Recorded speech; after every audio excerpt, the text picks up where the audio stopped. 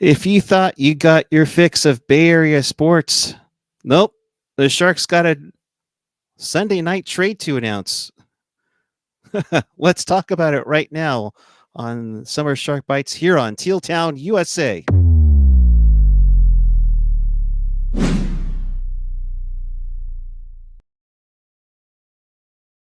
Good evening, everyone. It is August 18th, 2024. The San Jose Sharks have acquired Cody Ceci and a third-round pick from the Edmonton Oilers. We're going to talk about that, maybe a little more right now on Summer Shark Bites. We hope you're having a good evening. If you want to be part of the show, chat with us and fellow hockey fans all over the world and in Sharks territory on the YouTube page or the app if you're live, or if you're watching us on the replay, leave a comment down below what you think of the proceedings of this night. You can always follow us on the social, Twitter, YouTube, all that fun stuff. Find everything at tealtownusa.com. And hey, if you want to support us with the show, you can Venmo us at tealtownusa or leave a super chat donation in the live chat right now. With that, I say hello to Mr. AJ Strong. What is happening, my friend? What up, dude? All righty. I mean, we kind of weren't planning to do a show on Sunday night, but somehow the Sharks decided to make a trade, and thankfully it coincided at the conclusion of the Niners game. Like That I wasn't watching whatsoever, but sure. Like when they went into victory formation is when it went down. So the San Jose Sharks have made a trade. They send Ty Emberson about a $925K salary to the Edmonton Oilers in exchange for defenseman Cody Ceci and a 2025 third-round pick that was Edmonton's. So I'll start with your initial thoughts. I'll go with mine a little bit afterwards. But I mean, as I put in the title, AJ, I mean, are they fleecing the Oilers? Are they helping out Stan Bowman get out of? So what says you? Well, my favorite part is the quote. Ty is a solid stay-at-home defenseman who uses his body to be hard on pucks and outwork opponents in his own zone. He is effective in the PK situations and is disciplined in his on-ice play. That was what Mike Greer said 5 weeks ago when they signed him to a deal. Yeah. And so I guess 5 weeks later said, yeah, fuck that guy. Let's trade him. So I was saying this to Eric before we came on. This might be the first deal that Greer has made where, no, sir, I don't like it. I don't see why the Sharks make this deal. You're bringing on 3 times the amount of salary. You're bringing on a guy who's like, what is it, 6 years older? Who, based on, if you look at Jay Fresh's stats, seems to be a guy on the decline, whereas the Emberson, granted, dude had horrific injury issues. Maybe that's a reason why the Sharks make this deal. Maybe that's why they seemingly let him go for, not a lot. I mean, the Sharks took on 3 times the salary and they were paid a third-round pick to do it. The only thing I can say that might be a positive for the Sharks is I have read a decent amount as this back and forth has been brewing in Edmonton. It's Holloway, it's CC, it's other guys. How are they going to fit this in? Evander Kane's going to be on LTIR all year. I just look at this and I'm going, throughout all that, one of the biggest things was, well, it's going to be really hard for Edmonton to let go of CC because he's such a great guy in the room. I'm really coming to loathe that phrase. Oh, he's a great guy in the room. Mm-hmm. You know what? If we're going to start handing out Stanley Cups because a guy was great in the room, then Pavs would have like more cups than anybody. Okay. I don't know. Is it just me? I don't get this trade. I don't understand. I don't think Greer I don't think anybody necessarily got fleeced. I just don't get the trade. Well, I think it's not. I think if there wasn't an offer sheet from St. Louis, I don't think this is really happening too much. And at least in my mind, I think this is a salary dump. You basically A salary dump for Edmonton. right. Okay, so I hate when I do that. I say we, the Sharks have helped Edmonton dump salary. They've traded them, right-handed D for right-handed D. This kid's 6 years younger. Again, the stats from Jay Fresh show that Emberson is on the come up. Ceci not so much. I mean, again, unless the Sharks know some injury shit that Edmonton isn't aware of and is going to painfully find out about, but to pay a third to get rid of this money, I just feel like, oh, Greer, you cutesy, you could have gotten a little more, I would think, out of Edmonton for this. Like maybe a 2025 seventh added to it, But if the Sharks are able to flip Ceci, by the deadline, for, let's be honest, just about anything. Yeah. And his price will obviously be much, much lower. Basically, we be what Emberson is making now.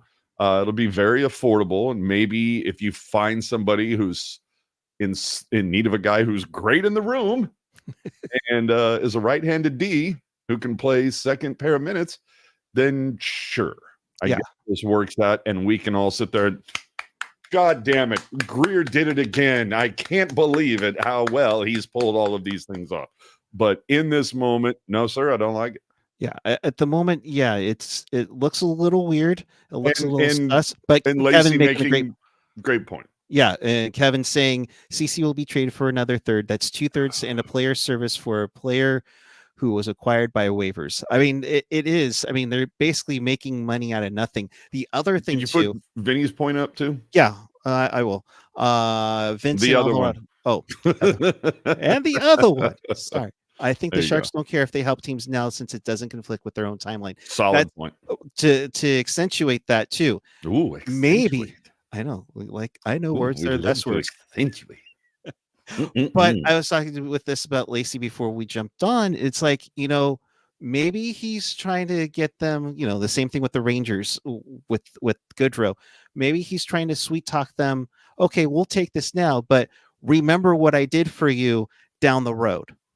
Well, okay, then throw a little. Okay, that's, and you know what? I'm down with that, and I feel what I'm picking up what you're putting down. Yeah, but throw a little future considerations on that meatball. Make it a little spicier with that. I mean, Jesus Christ, Carolina has made like their living over the last couple of years on future considerations. We'll miss you forever. Yeah. And again, let's be honest. Are the Sharks going to be great? As much as I would love for them to pull a 94 out of their butts for the season, no.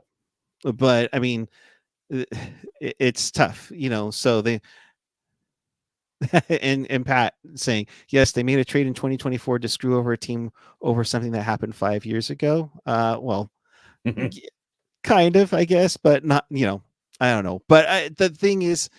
The future considerations is a future Hall of Famer. We can only hope, Medkitch. So and Ramon Garcia. Yes, this is leading up to the Leon Draisaitl trade. Yes, that we've all been expecting that Hasso wants to pull off, of course. And you know what though? you know what tells me that this was actually really good for the Sharks, that Greer did a good thing. Is because all the social media experts are all saying that this was a horrible deal for the Sharks to make. So that leads me to believe that, this is going to work out perfectly. This is going to work out swimmingly. And and let me just, would you mind if I share a quick story with you? Oh boy. Sure. Why not? This is so great. Keep it PG if you can. I'm trying. Okay. So I just happen to be scrolling on the Reddit, as you tend to do from time to time. And I go into the Sharks Reddit just to see what do. And I see somebody post the hockey guy, San Jose Sharks season preview. And I was like, hold on, let me get a calendar. It's August. Yeah, it is still August. All right. And it's like middle of August. Okay. And so I just happened to, I post a little something that says, hey, doing a season preview 2 months basically before the season starts, that's a choice. Not something I would have done, but you do you. Like, I wasn't judging. I was just saying, a lot can happen in 2 months. And, you get a couple of hockey guy defenders, which I thought was really funny because I'm like, I'm not attacking the hockey guy. I'm just saying, I'm pointing out the idea of like doing a season preview this far in advance, things can still happen. And, I get downvoted to hell by whoever. And just the fact that 24 hours later, boom, fucking trade happens. I haven't even gone and looked at his video. Now I kind of want to see if Emberson is even brought up, and I'm just going to, go and look and see if he's done an Oilers one yet and has brought up Cody Ceci, because if they're in either conversation, I'm going to cackle my fucking ass off. And one of the defenders I thought was really funny. Well, somebody said, the hockey guy he'll do these season previews, earlier before all, the big names, the Friedmans and the LeBruns and everybody else's, because that way people can't come out and say, oh, well, the hockey guy is just parroting these guys or biting their shit. And I'm just going, I don't know why. When we've done our previews, I don't ever remember anybody sitting there going, oh my God, Ian is just saying the exact same thing that Pierre LeBrun said. Like, I never heard that. But just the fact that, if that's the game we're going to play, you know what? Can we do the 29-30 season preview for the Sharks like next week, if that's the way it goes? But anyway, go ahead. I just thought that was too fucking funny. I'm like, oh my God. I get downvoted to hell 24 hours later. Boom, trade happens. The entire video is a bust. Cool. Go ahead. All right. Cliff Martinez, thanks for joining us for the first time. Appreciate you. Thanks for joining us. Appreciate you checking us out. If Lacey thinks that's me flipping my lid, you don't know me, dude. Yeah. AJ flipping his lid, that never happened. Oh, never happens. But I get it. I mean, yes, it brings in a good guy into the locker room, which I get, but also it gives these kids more time to develop, earn their way, trying to get the. Oh, I feel you, Lace. Gotcha. It's one of those things where it's like, okay, you're not having to rush up a guy unless there's massive injuries, which, let's be honest, we had a ton of last year and just decimated the Barracuda. We can talk about, them getting Colin White a few days ago, which was a nice quiet pickup. But that's Barracuda. True, but at the same time, there's your thing. I mean, you look at, what was it, Pouliot a couple of years ago, where he was just doing his thing, trying to get a contract, and he plays the AHL. He earns his way. By the end of the year, he had a couple of games with the Sharks. Can we just talk about the fact that the way that is shaking out right now is the Sharks practice facility going to have enough parking spots for all these guys? You know what I'm saying? Hey, rather have going to be a very full camp, my friend. Right. And looking at Puckpedia right now, the active roster is currently at 23. And that's, mind you, who knows what injuries and such. And we don't know about Logan Couture yet. And we probably won't know until the first day of camp, like we did last year, where he was, where we found out that he was hurt. They still haven't even given Kevin LeBanc his PTO yet. Just saying. The Sharks currently are at 11.345 million under the cap, so they're still in good shape. Although, according So to Hasso will be able to afford brunch next Sunday. Good to know. yes, potential bonus is a little over 7.5 million. So I mean, you do have a little wiggle room if all those bonuses pay out, and I don't know all of them offhand. With that third round pick coming from Edmonton, the Sharks now have 2 picks in the round 1 pick in round 2, Edmonton's pick in round 3, because now they've basically Recoup the pick from the Hurdle deal. exactly. So you have that. They just don't have a 5th or 6th round pick in next year's draft, and a 7th they do have. Oh no! I know. Oh no. Anyway, so you have that. You have the makings of a decent defense. I mean, in trust, you almost got away with saying that. You almost got away with it. But I mean, you wonder where Matt Benning is. Who? Yes, exactly. You wonder where Cody Ceci is going to be playing. And I mean, he could be one that's going up and down in the lineup here and there. Does he do a full 82? I don't. Dude, tell me I'm wrong. This team doesn't have a 1-2 defense.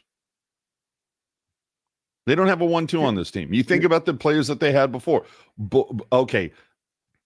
I guess you can kind of say that, oh, well, Vlasic's 1-2. Vlasic was 1-2. that was quite a while ago. But this team doesn't have a 1-2 defense. They don't have the Boyle, the Burns, the Jesus fuck, Braun at this point. Yeah. But they don't Carlson, they don't have that top pair. But sell me all you want on Ferraro. Yes, they fucking do. They need some. I'm not saying they need an Erik Karlsson. I'm saying they need a Vlasic. They need a shutdown guy. Now Dickinson, we give this cat a little bit of time. There's going to need we need somebody to marinate, but I'm still like, oh, fucking Vanacek and Blackie, man, you got your fucking work cut out for you. You're going to have to hope that all of these guys, these 217 guys that are showing up for camp, these forwards are going to be able to outscore the mistakes that the defense give up. So what you're saying is that they'll have to start using, triple digits on the jerseys this year? Is that what you're getting at? Hey, dude, we've all seen that guy walking around with the 408, man. How coveted is that going to be? And hold on, Sharks, Oregon, just saw this. Wait, so CC in a third for Ty? Yes. No, that's not what happened. You're going to be so disappointed. Oh, my God. Stop it. Stop.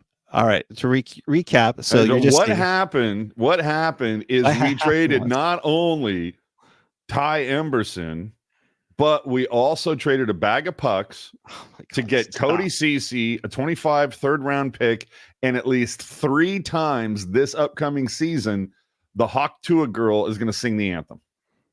It's going to be amazing. Oh, my God. No. Just let her do that at the Predators game. She's in Nashville. Come on now.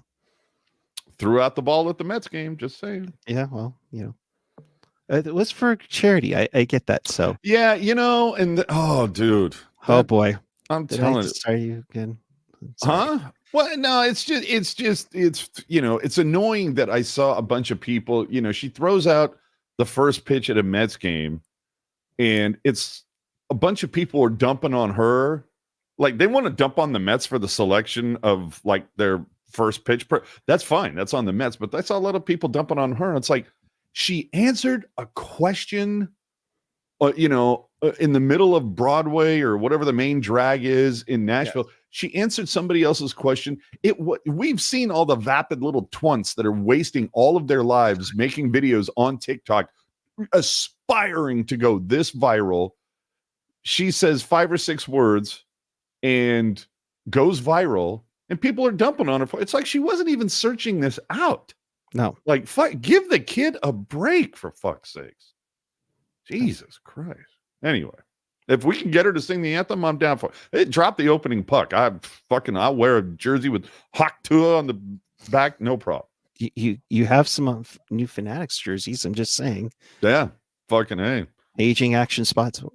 Oh, Speaking of which, 425 is the confirmed MSRP on Yes. those. And evidently some teams have some flexibility. Those are, quote, MSRP. Yeah. So if some teams want to take a loss to sell some or do so, maybe they get a badass stitcher that can, get these going and do something. But anyway, yeah, it's a bit cha-ching. I think 350 is the sweet spot, to be honest, but we'll see how demand is, especially with the Fanatics reputation deficit. But dude, if the Shark store is smart, I'm thinking couple Celebrinis, couple Eklunds available during those first few games that are like up there all nice and neat, and maybe put them at about $500, dude. How jacked is a fan gonna be if Celebrini makes opening night lineup? Dude, how jacked are they going to be if he scores his first goal opening night? They're going to be beeline to the fucking store going, give me the MIC for 500. AJ, the prime example is you about 11 years ago when Tomas Hertl made his debut. Well, okay. To be fair, I bought that jersey before the game had even started.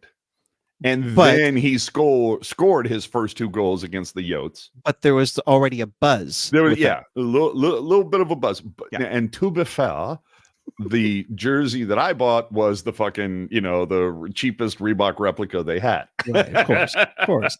Not the MIC one. Well, of course it wasn't available. But anyway, I digress. Anyway. So, yeah, and we kind of already covered this in Deuce Comics. Don't forget, you can still trade CC at the deadline if you want. Mentioned that. Yeah, totally.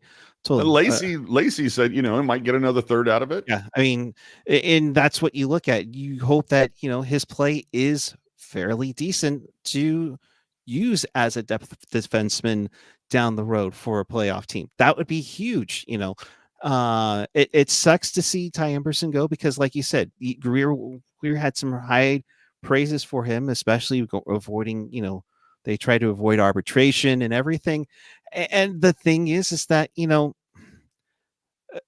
like you said, the injuries, is that going to be a thing, and I know Kevin's mentioning it here too. I like Emerson too for what he has. That was mostly a product of him being average defenseman or on a roster with terrible defensemen. Emerson is a 7 on Edmonton's depth chart right now, maybe even 8. So, but again, you're making something out of nothing. And right now, even if you just put CC aside, you just got a 3rd round pick back for a guy that was on waivers.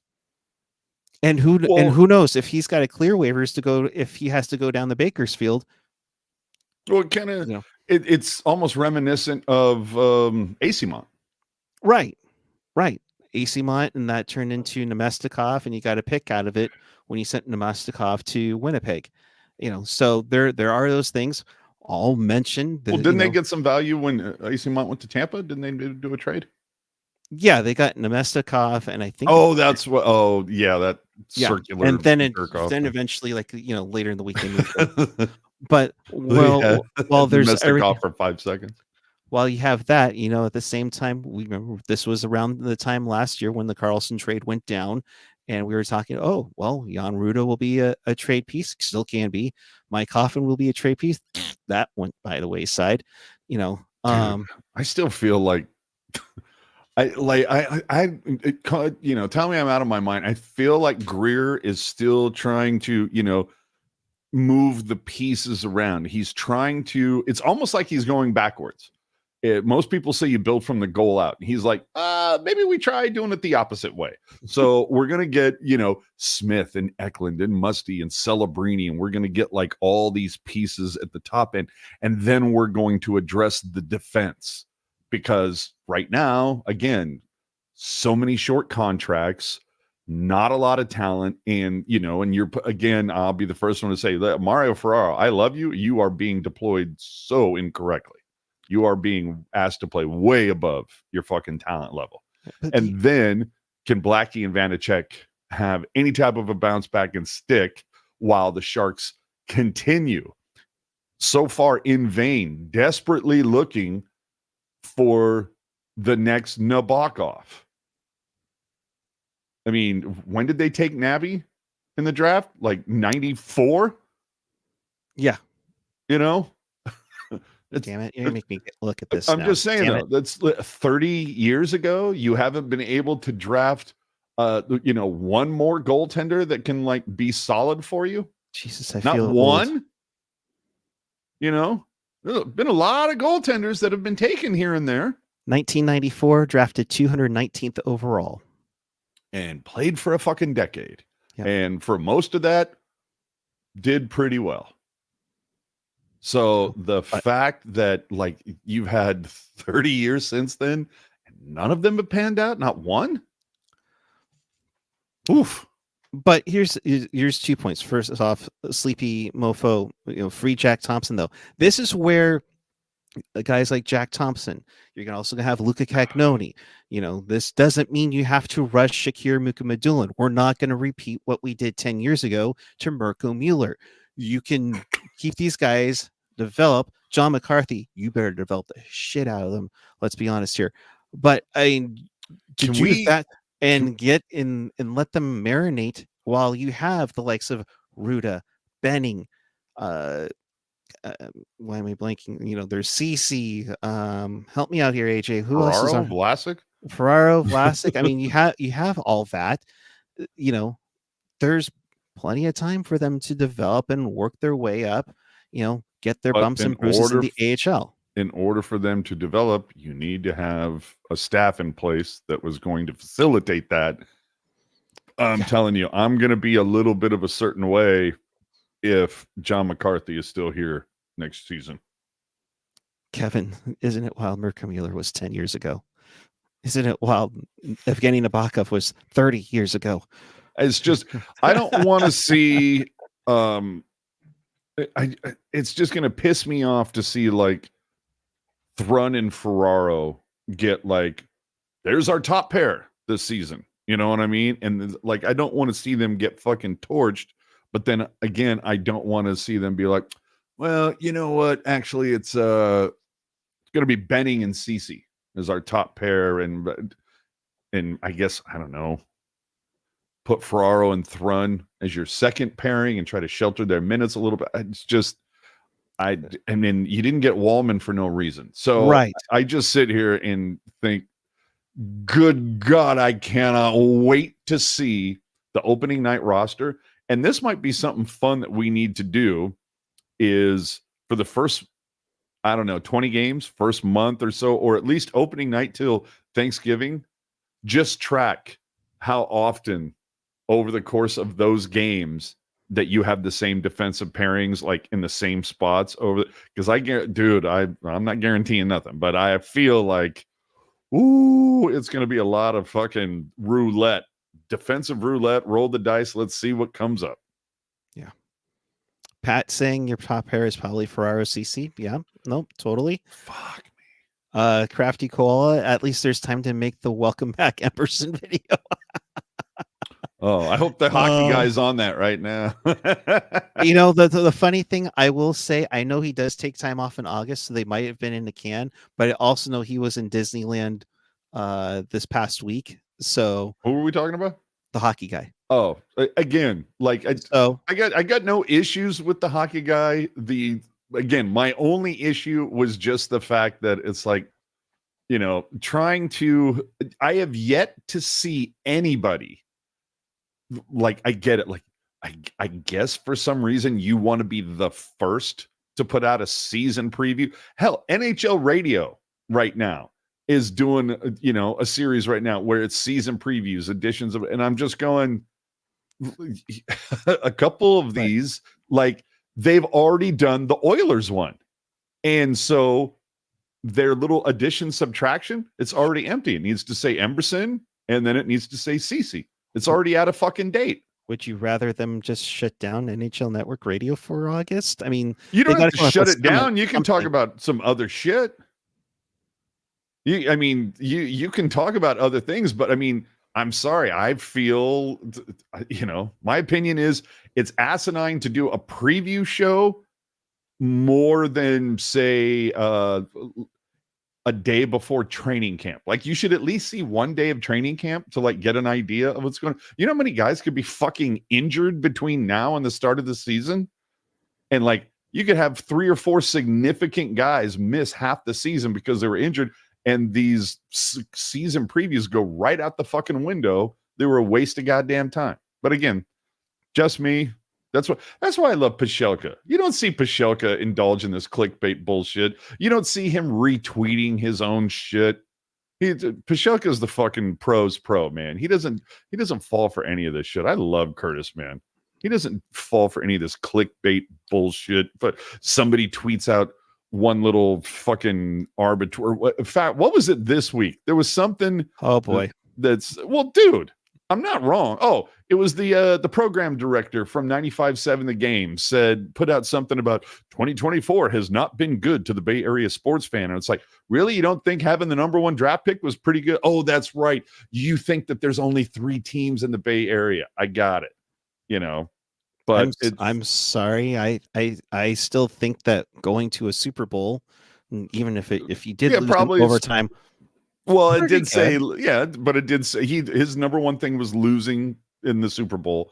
But either way, it's the same shit of completely and yeah, that they don't even acknowledge the Sharks.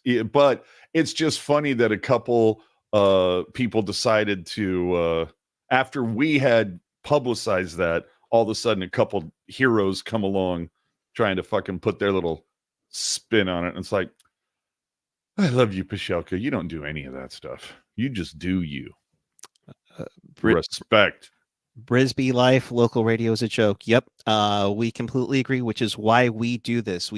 This will be season 10 for our podcast. And it might be time to call it a day. What? Might be time to call it a day. I'm just saying. Well, shit. I just started finishing up the 10th anniversary logos. Oh, shit. Here we go. Oh, God. All right. At least the earthquakes are good. No. I feel for Ted Ramey. Poor guy. Dude. Ted and Brody haven't seen a successful team that they cover in a bit, and I feel for them, But yeah. Yes, Felix, yay, they did something. At least ABC7 did the playoff post game thing. I'll give that is an improvement, and hopefully they will have Macklin celebrating on after every Warriors post game show that they have on ABC. #Dubs on 7. So fun trivia to it could be bar trivia down the line if you're a Bay Area fan, but if they say last game to be played between the Oakland Athletics and the San Francisco Giants in San Francisco, who won?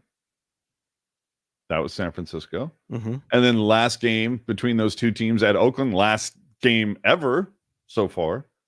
Yeah. San Francisco won. Mm-hmm. But the cool thing is that one went to extra innings and the other one was a complete game shutout. Yeah. So you were at the one in San Francisco, right? Yes, sir. And I was at the game today with my dad. And here's a funny thing. I just asked him randomly, and he's not a big sports guy or anything. He'll watch this, so hi, Dad. But I asked, hey, you want to go to the ball game? And I totally expect him to say no. And he's like, yeah, I'll go. And told him the significance of meeting. It was his first baseball game ever. And and he's not a sports guy. You think? Yeah.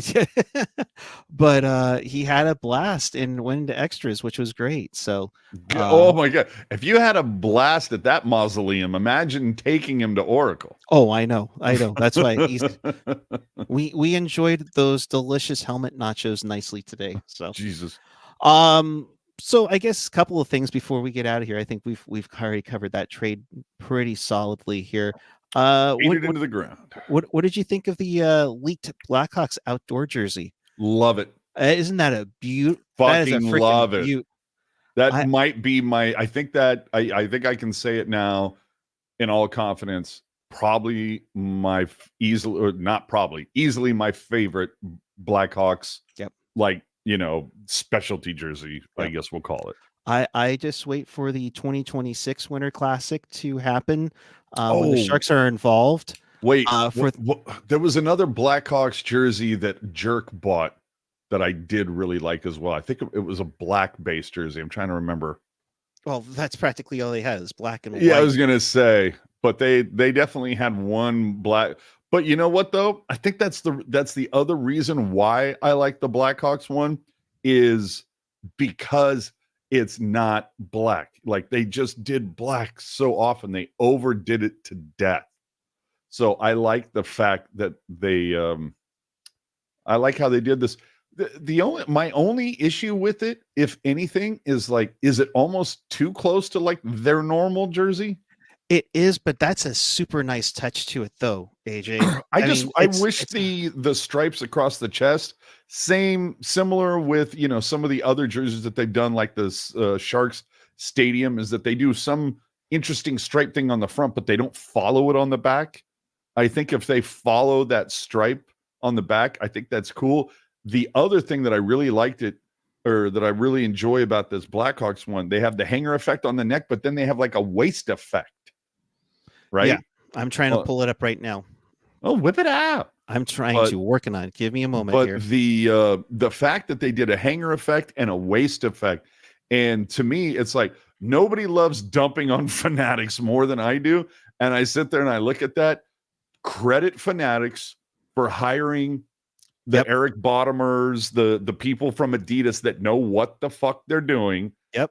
And put them in a position to succeed and just sit back and enjoy the success. Yeah. And that's what they did. I really dig this.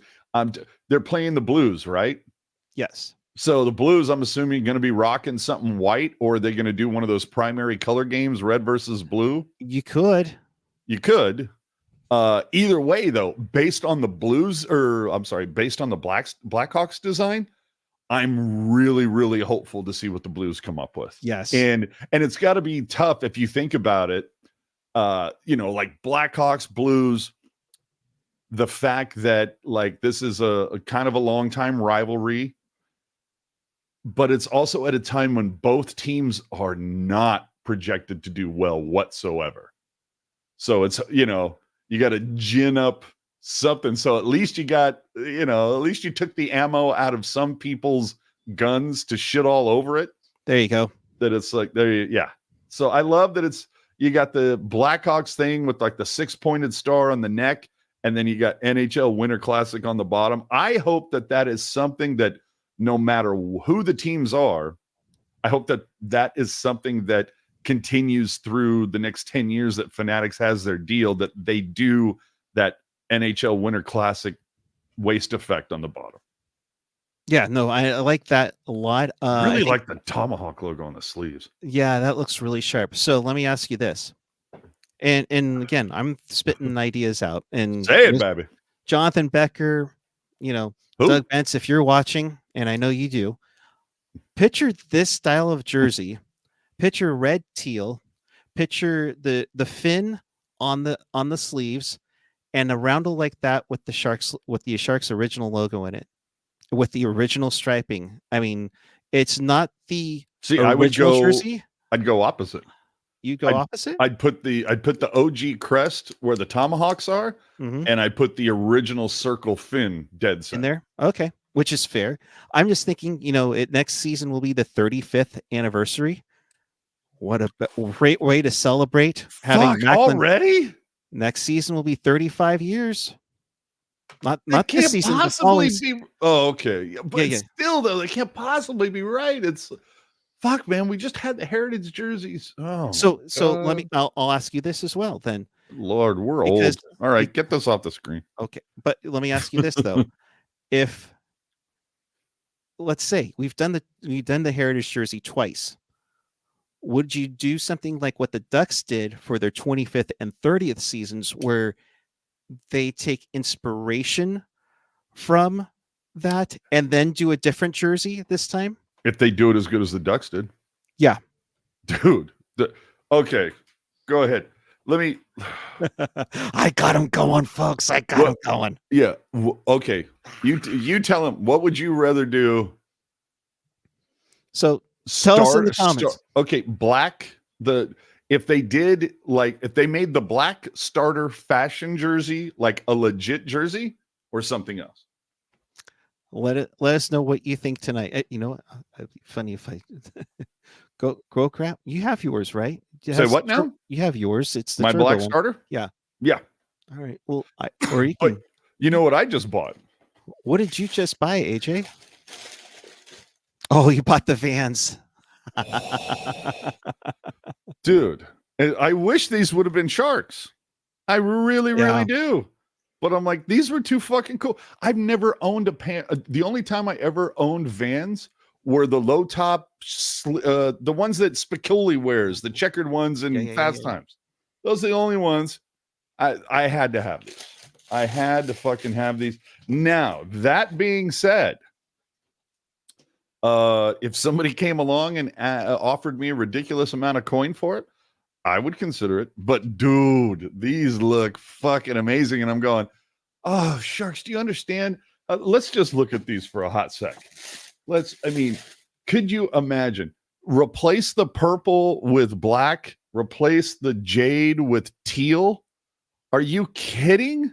Are you kidding me? Or if you do the purple is gray and this is the teal, or just, oh shit. Now I'm thinking even more outside the box. You could do gray up here, black down here with the teal stripe.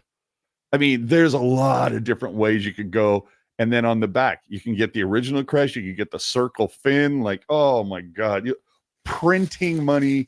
Vans, get on it. Jonathan Becker, make a phone call to Vans. Let's see some stuff. You know, they got even the logo on there. Let's see some shit, baby. Even the box. I mean, look at this. There's ducks. Everybody, ducks. I mean, this is amazing. I came in at a weird time. Yeah. But these, oh, dude, shit. Dude, I'm sorry. I hate to say it. These make those New Balance Shark shoes from a couple seasons ago look like fucking Keds. All right. These are sweet. At least you didn't say where British would the Giant. orange go? Ramon, you can go fuck yourself for that comment. Oh, now. There's no orange. Now. No. Tell our viewers to go F themselves. No. There's no, they know. Ramon, no orange. You want to see? This is so cool. This is what they put a strawberry daiquiri in at Concord Pavilion. So it looks like, what does it say? It says bamboo piranha. So obviously you hold it like this and they fill it like this, but when you do it on its side, then they have, I don't know, I need to put something in here so you can actually see the side of the fish. Let's see. See if I can get something. Great marketing ideas now until town. Well, when it's full, you can see the eye and the mouth open and everything like that. But yeah, I'm not sure what I'm going to put in here yet. Oh, jeez. All right. So the Anaheim jerseys, if the Sharks can come up with something for their 35th. But do you really think that, look, I think we've seen it proven beyond a shadow of the doubt. Whenever a team can introduce a new jersey to make that coin, they're going to do it. I just don't know that the Sharks are going to roll out another jersey for the 35th. And isn't there, you know what? I'm going to say there isn't going to be a 35th Heritage jersey because didn't Fanatics put the kibosh on that? Like no new jerseys for the first two seasons that they're making? Well, if you saw what Isetics put out on their flash report, Washington is supposedly going to have at least their black reverse retro. But that was probably in the pipeline before the transition. Yeah, I mean, that was a reverse retro, but at the same time, they weren't going to have new jerseys. Now, mainly because they had the design Kings, and everything. Stadium Series, Winter Classic. Well, right. I mean, I don't know. Like, how many times can you go back to the well? The only reason I can see the Sharks doing yet again another throwback to the OG jersey is that if they finally do it in white this time. That's what I was going to say. Either white or do they even go the starter way and go black? But you have Cali Finn, to work with around. So So, all right, and yes, Felix, me and AJ could go on and on and on about how do you uh how do you top the heritage jersey for an anniversary jersey? Yeah, and here comes AJ with 50 million ways to do one. Yes, that might be for another show. We do, but yeah, I feel like they've done enough. The other thing that I'm looking forward to between now and the beginning of the season is talking to Becker again. Yeah. Dude, have you seen the news that has dropped in the Merc over the last week or so? Do Where share. it's headline: taxpayers could be on the hook for as much as $10 billion for Diridon Station redevelopment. So you've got that. Then, and this is the part that really fucking gets my goat, dude. Headline: Google preps beer garden outdoor dining in downtown San Jose Village. So it's like you scraped Patty's Inn, which was beer, a bar. You relocated the poorhouse outdoor dining to buy all this fucking real estate to put in a bar and outdoor dining because your village thing has gone up in smoke. You're not going to be bringing office space down there. It's, oh, dude.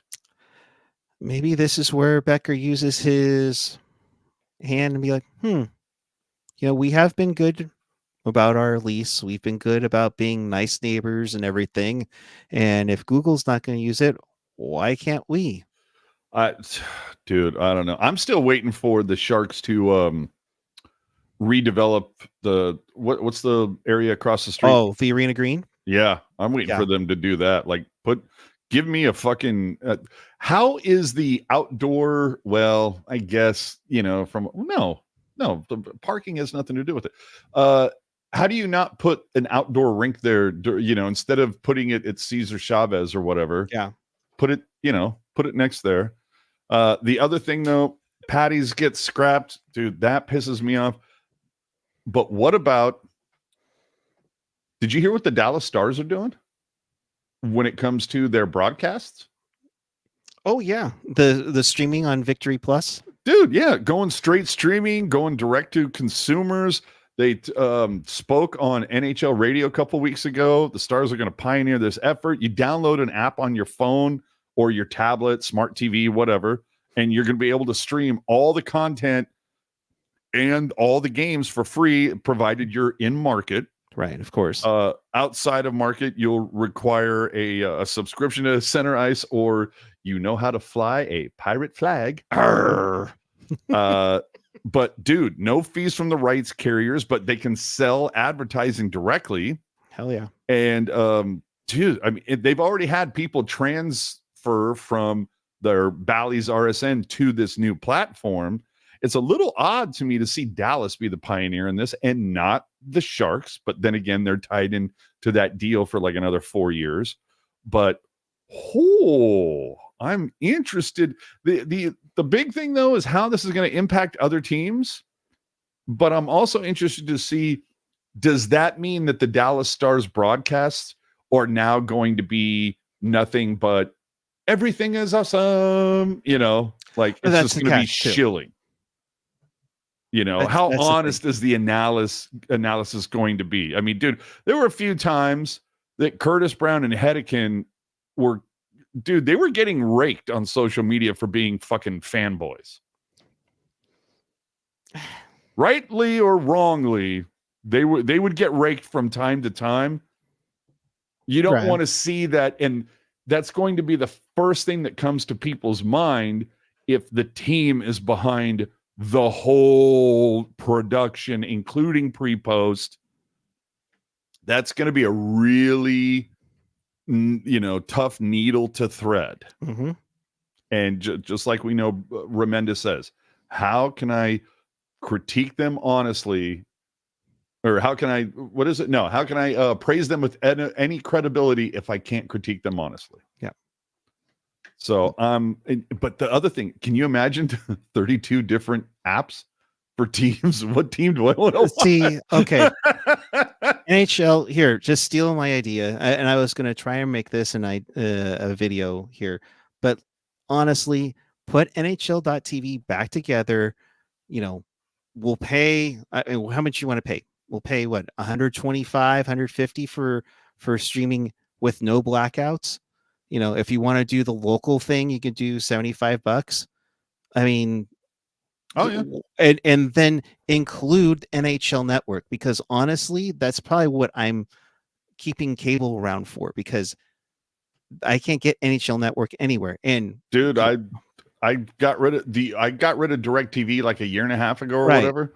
right, The only thing I miss is NHL Network. And the right. funny thing is that within like 2 months of leaving DirecTV, dude, I get at least a card every 2 weeks that says, "We'd love to have you back. Here's this offer Yep. that is literally the offer that I was asking for at the time when I was re-upping." I want to talk to two people specifically in the chat. Oh boy.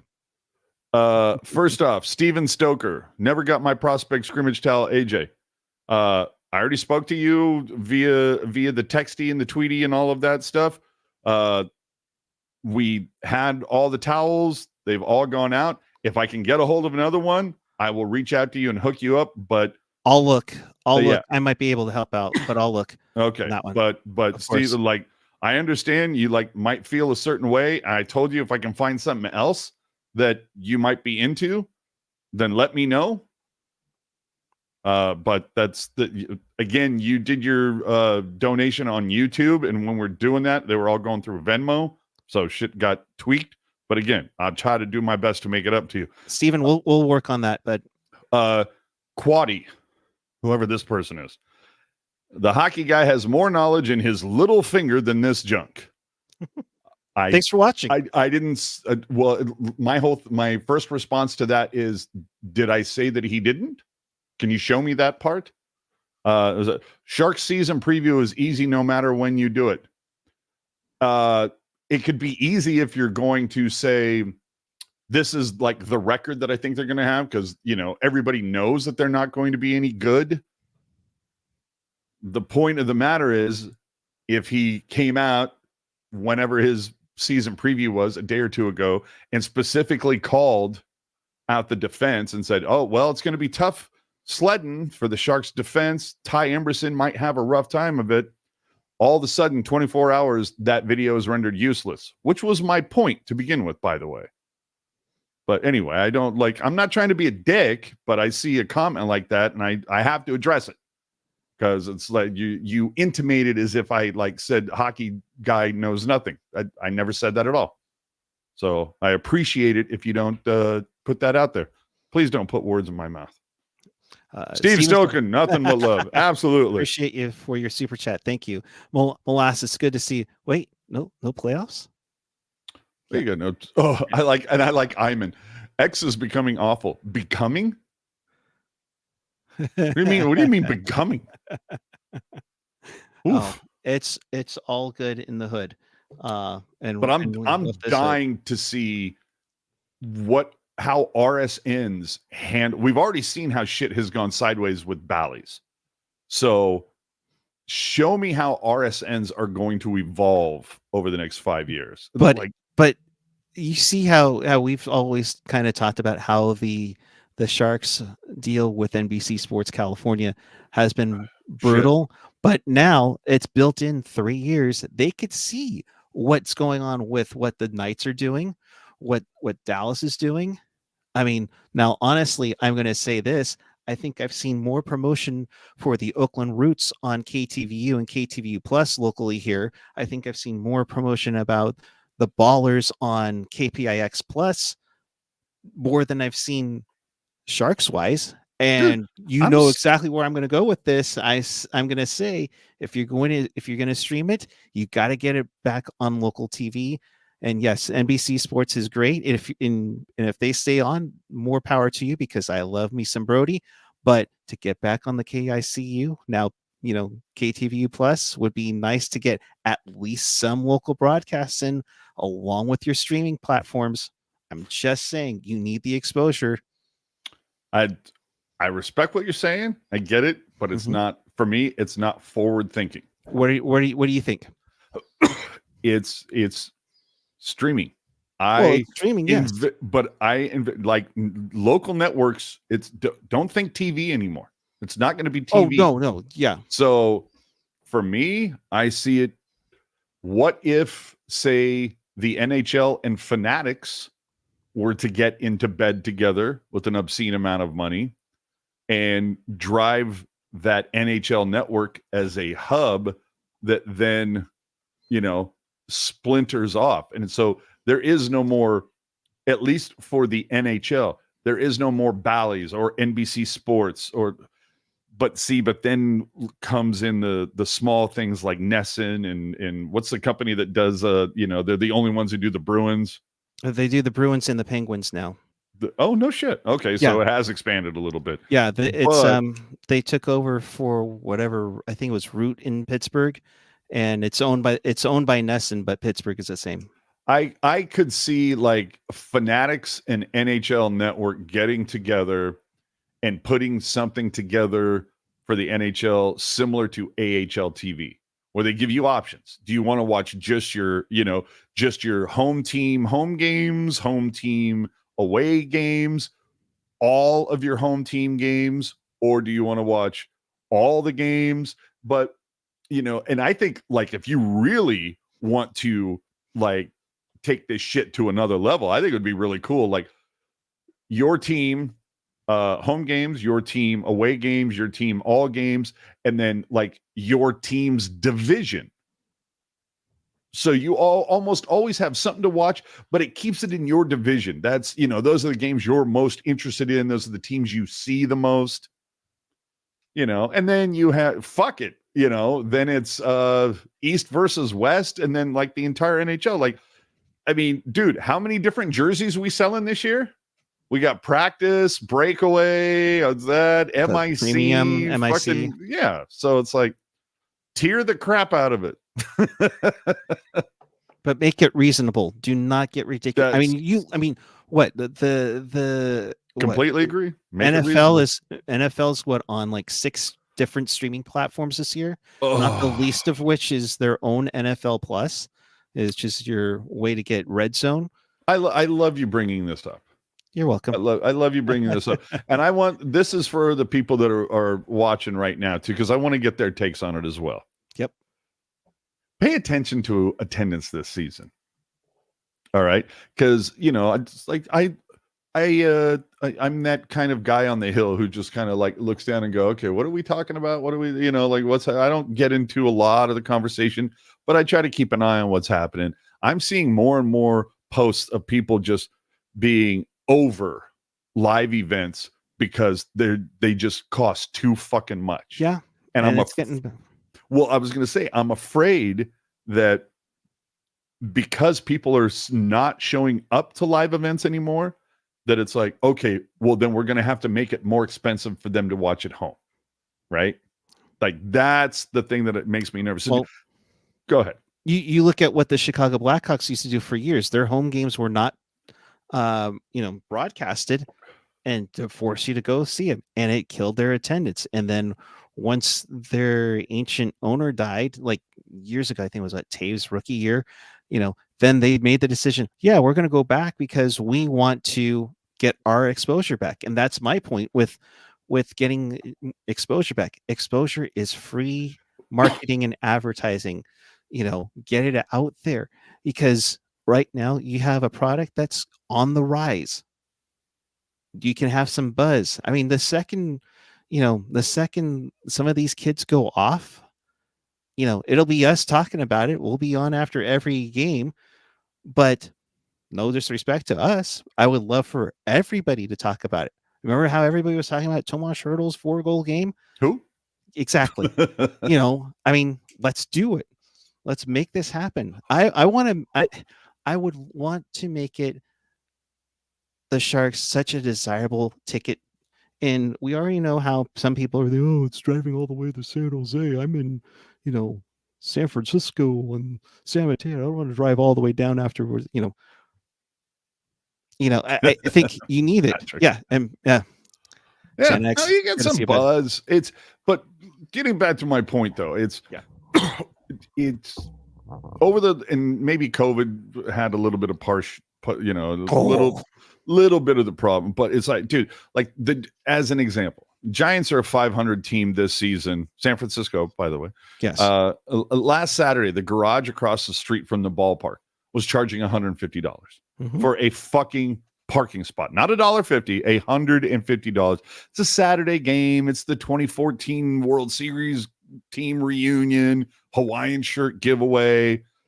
And while that does seem excessive, it's that price because there's some knuckleheads out there that are going to pay for it. And I'm all for being advantageous. Like, dude, if I buy a warm-up puck and then something happens in the game and it causes the demand for that puck to increase exponentially, do you think I'm going to sell it for what I paid for it? No. If somebody's going to come along and offer me 4 times, sure, here you go.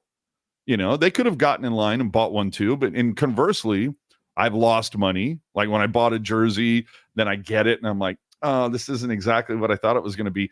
It hasn't even come out of the bag. I've never worn it. And yet I can't even find anybody to give me what I paid for it, even though it's been sold out for 2 years. You know, so you have shit like that. But the thing is, 15, 20 years ago, dude, a shift happened. It's the haves and the have-nots. You know, it used to be if you wanted great tickets for an event, sports, concert, whatever, you went to the ticket outlet the night before. You brought a sleeping bag. You camped out. You waited for that shit to open in the morning. Over the last decade, 15 years, what do? You get on a secondary ticket seller app with your fat ass coin. You buy your way to the front. You put a couple extra bucks into the pocket of somebody who did get the really good seats. And I'm going to be the first one to sit there and say, dude, I bought tickets for the last athletics game in Oakland.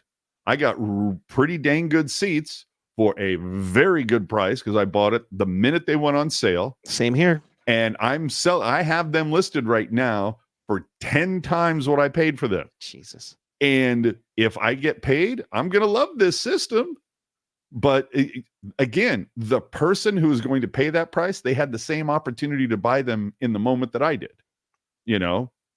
But to me, it's the fact, okay, dude, last night I went to see Sammy Hagar, right? I get my tickets the day they went on sale, right? I got them going, folks. They were pretty decent seats, right? And I was fine with the price. I was fine with where they were located. But dude, this week, every fucking day from Live Nation, I get an email that says you can prepay for premier parking for $75. If you want reserved parking, $90. And it's like, parking's built into the fucking ticket price. Like, how big of a douche do you have to be to do that? Then for $20, I could pay to get into the fast lane, which means I could, walk by all the people that were lined up to get into the event and then do all that shit. And then this is the one that's really going to get you, dude. For $140, I could upgrade to the VIP club. What does that guess? Or what does that give you? You ask me, I hear you. What does it give you? I ask you. A no-host bar, which means you're paying for your drinks, bathrooms, and a VIP entrance to my seats. Or what if my seats are on the other side of the fucking venue? So it's not really. So you're paying $140 to get slightly faster lines to the bathrooms, which weren't a problem last night. And it was a full house. A no host, but getting a drink last night, not a fucking problem at all. Mm-hmm. So you're basically paying for the status to hang out with other douchebags that also paid $140 to feel special. Dude, it's like, in that fast lane, what if like 30% of the venue paid for that? It's no longer a fast lane. It's going at the same rate as, oh my God. And so people are tired of being nickeled and dimed to death. We haven't even gotten into tip shaming, which I'll save for another time. But dude, this shitty shit, it all began with bottle service at clubs, dude. It's this, this European shit, or actually not so much even European, but New York, LA, Vegas thing, where it used to be the biggest and best clubs you could pay. You would spend. Do you know what bottle service is, bro? Yes, I do. I believe it or not, I have gone to a club numerous times. Bottle service ain't cheap, dude.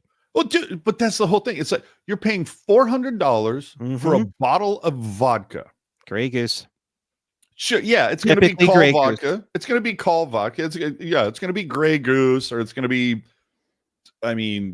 I don't know. It's been a long time since I've drank Smirnoff, whatever. But it's going to be a fucking Call vodka, $400 for a bottle that cost the bar $40. And what does that $400 get you?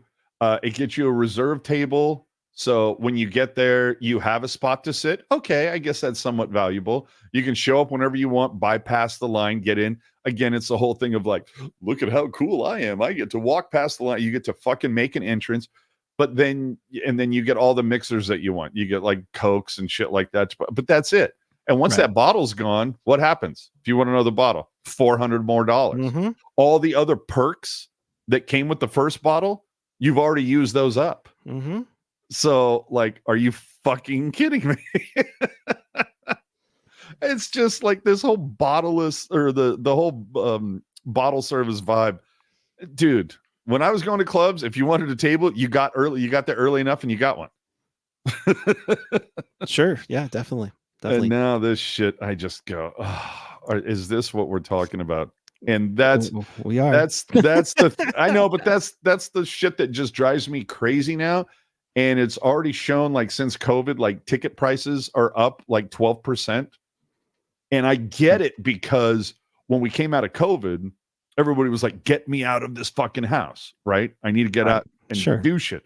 Well, we've all been doing shit now. And I think now people are just kind of like, what the hell? Yeah, I'm not paying these ridiculous fucking prices. And it's anything and everything entertainment, because you look at sports events, you look at entertainment. You know, I've always dreamed about going to a Super Bowl. I know that's never going to happen because of how ridiculous it is now. But and those are thousands of dollars. You look at Disneyland. I was an annual pass holder for years, and now Disneyland is like $145 for a one-day park hopper. I mean, my God. But and that's the thing, is I don't understand why are people still going to fucking Disneyland? How many times do you need to do it, man? I have friends that do it every year, and I'm like, what changed? HA.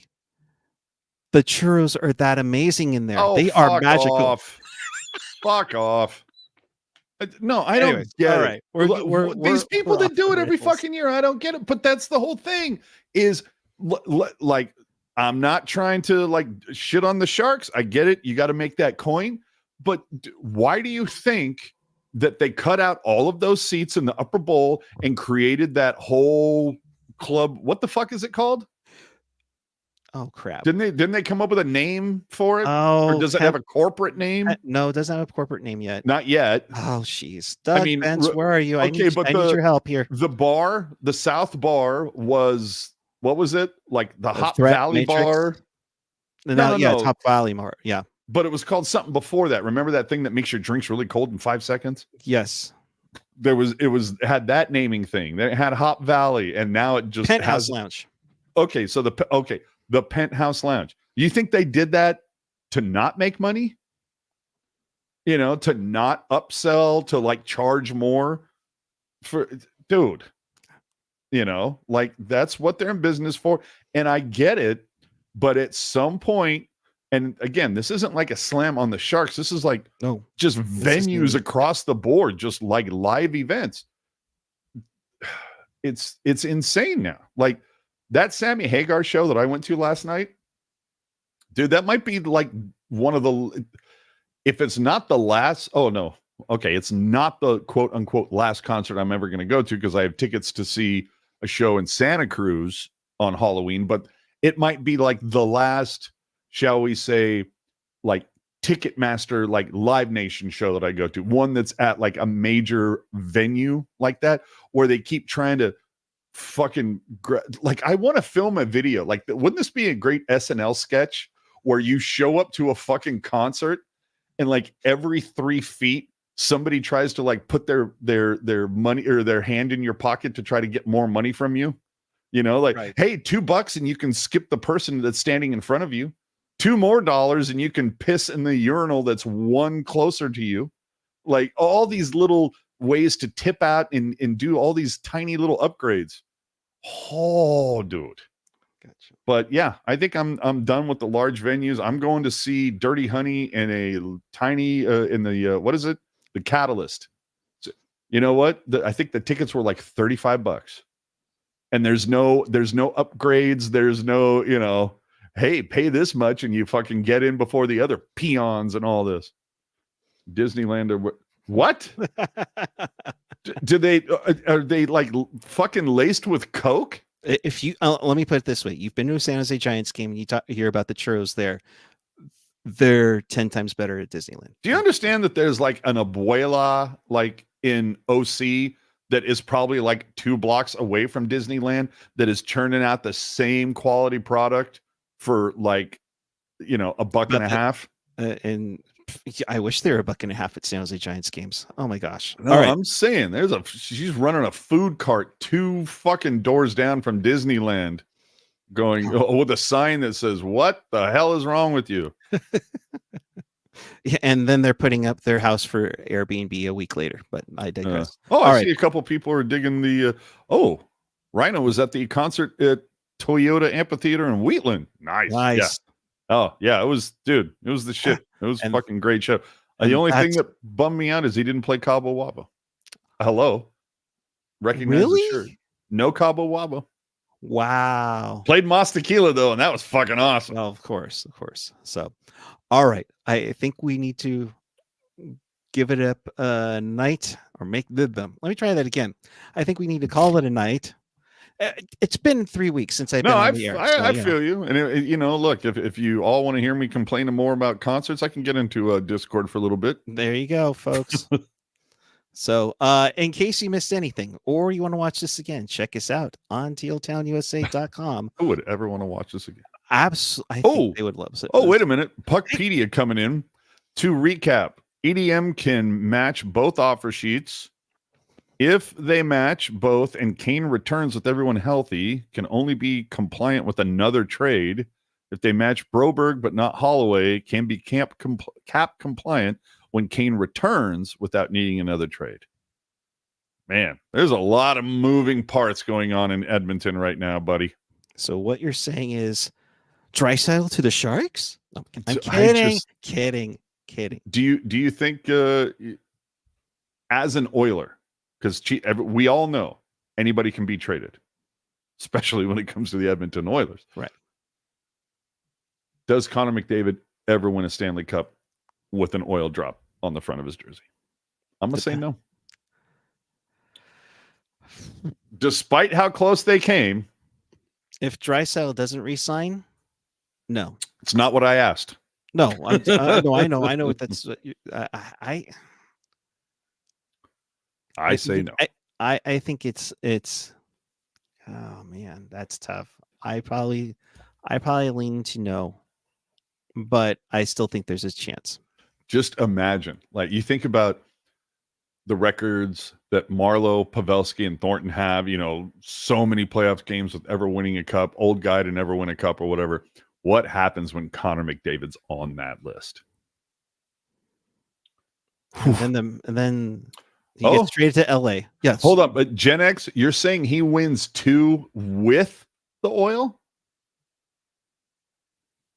Back to back. He's calling back to back. Yeah, but as an Oiler? We shall see, my friend. Yes.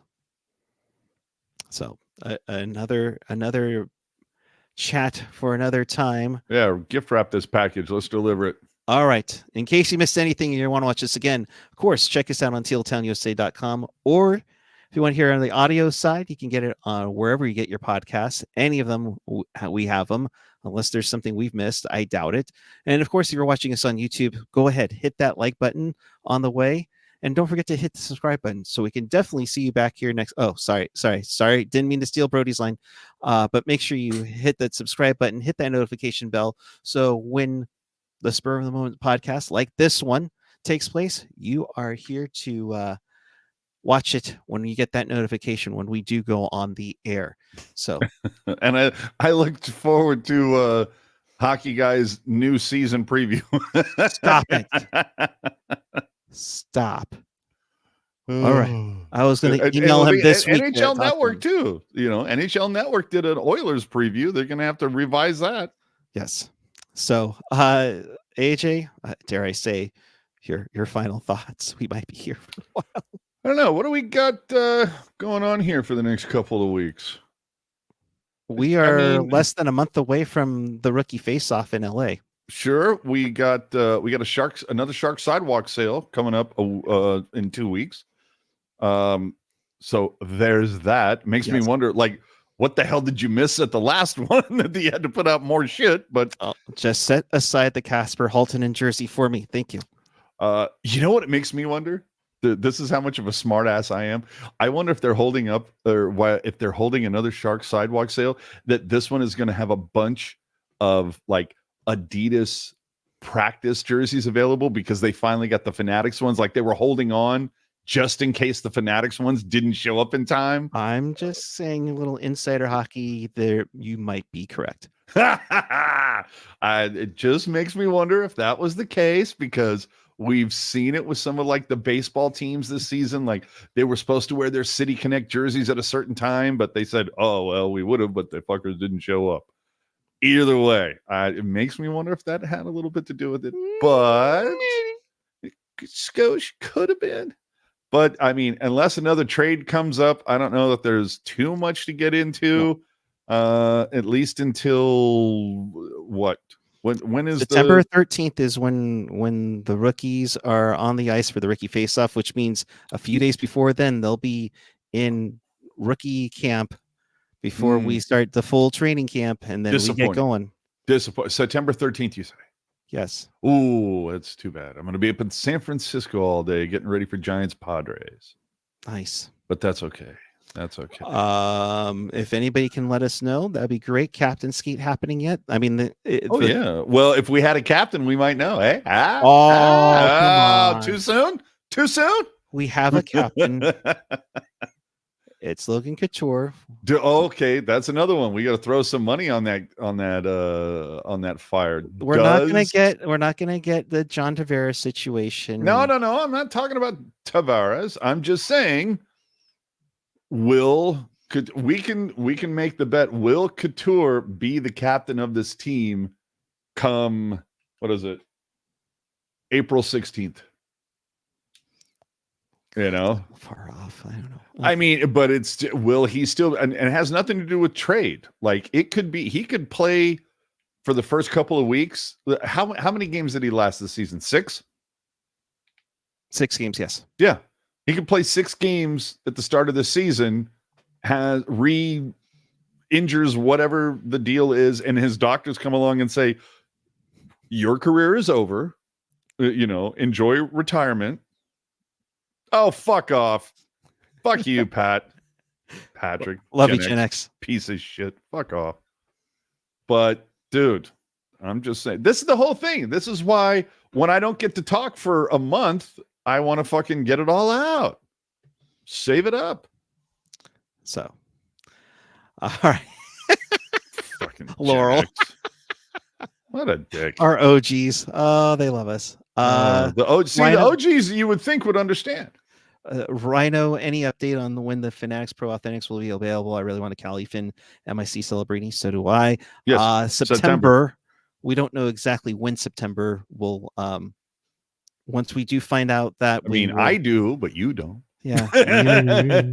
So no, I'm I got one hanging up in my closet right now. Yeah, want to see it? No.